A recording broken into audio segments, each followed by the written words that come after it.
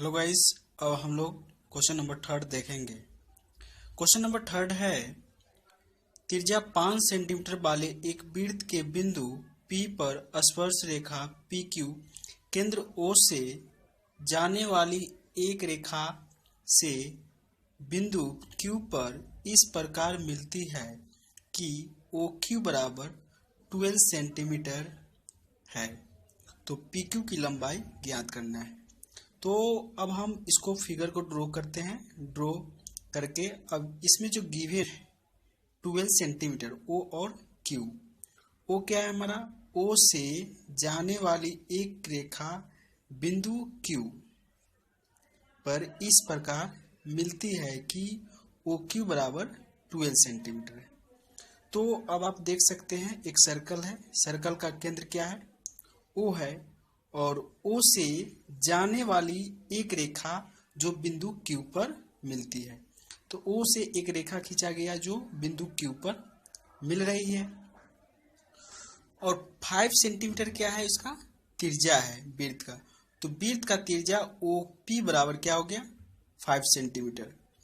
और इस प्रकार मिलती है कि OQ बराबर कितना होता है? 12 सेंटीमीटर। तो OQ का वैल्यू कितना है? 12। तो जब हम यहाँ से एक स्पर्श रेखा, क्योंकि आपको बोला है P पर स्पर्श रेखा है, बिंदु P पर स्पर्श रेखा Q से, P और Q स्पर्श रेखा क्या होगा? PQ। तो P और Q क्या हो गया? एक स्पर्श रेखा हो गया। O और P क्या है? लंब है। O और Q क्या है? कर्ण हो गया। तो ये हमारा 90 डिग्री का एंगल बना, क्योंकि हम इससे पहले एक थ्योरम पढ़े थे कि केंद्र से स्पर्श बिंदु पर डाला गया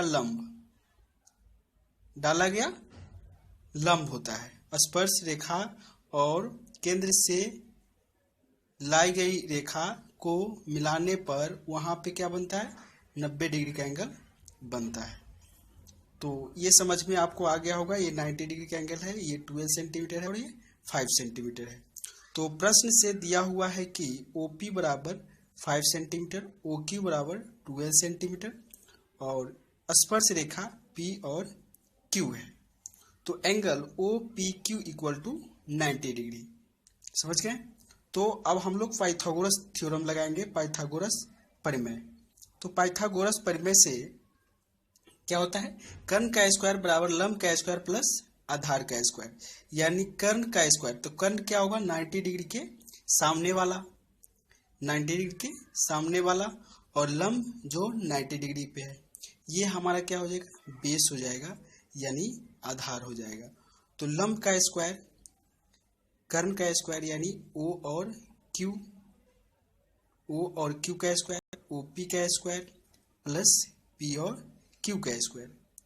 12 सेंटीमीटर ये कर्ण है, तो 12 सेंटीमीटर का स्क्वायर। OP है लंब का स्क्वायर।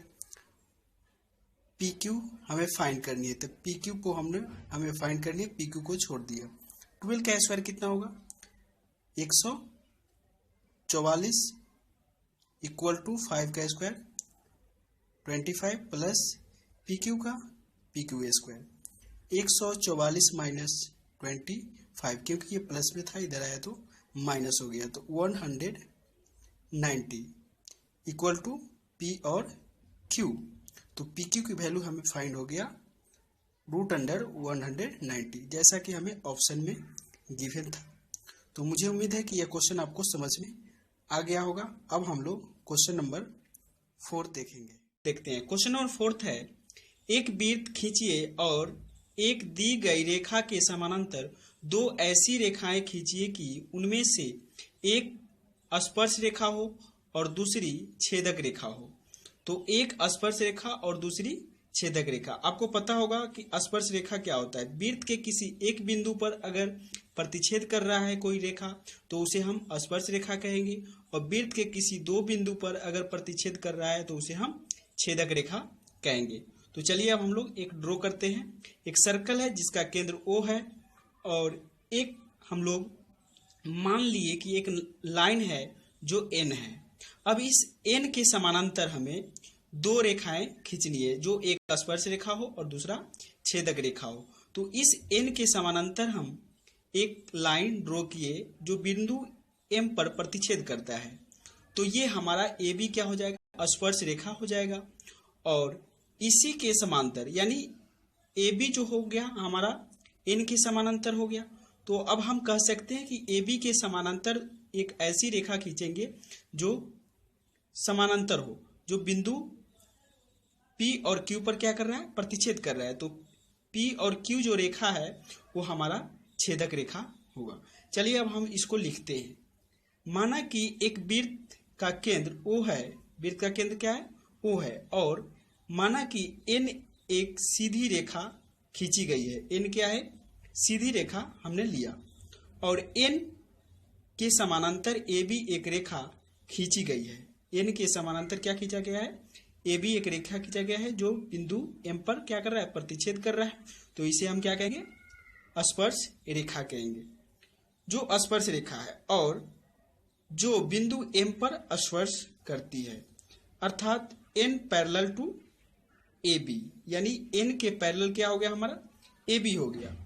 तो अब हम पी क्यू को ड्रॉ कर लेंगे, और रेखा पी क्यू एन के समानांतर है।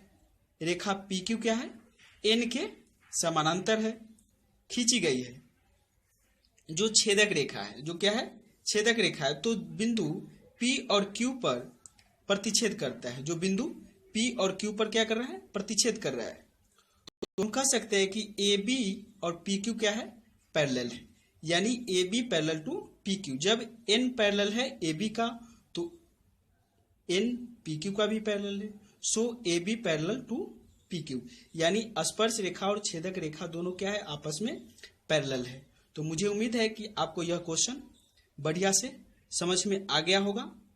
नहीं समझ में आया तो फिर से आप वीडियो को पॉज करके फिर से देखिए, रोक करके, ताकि और आपको बेटर समझ में आ जाए। जितना हो सके इस वीडियो को लाइक, शेयर एंड सब्सक्राइब करें।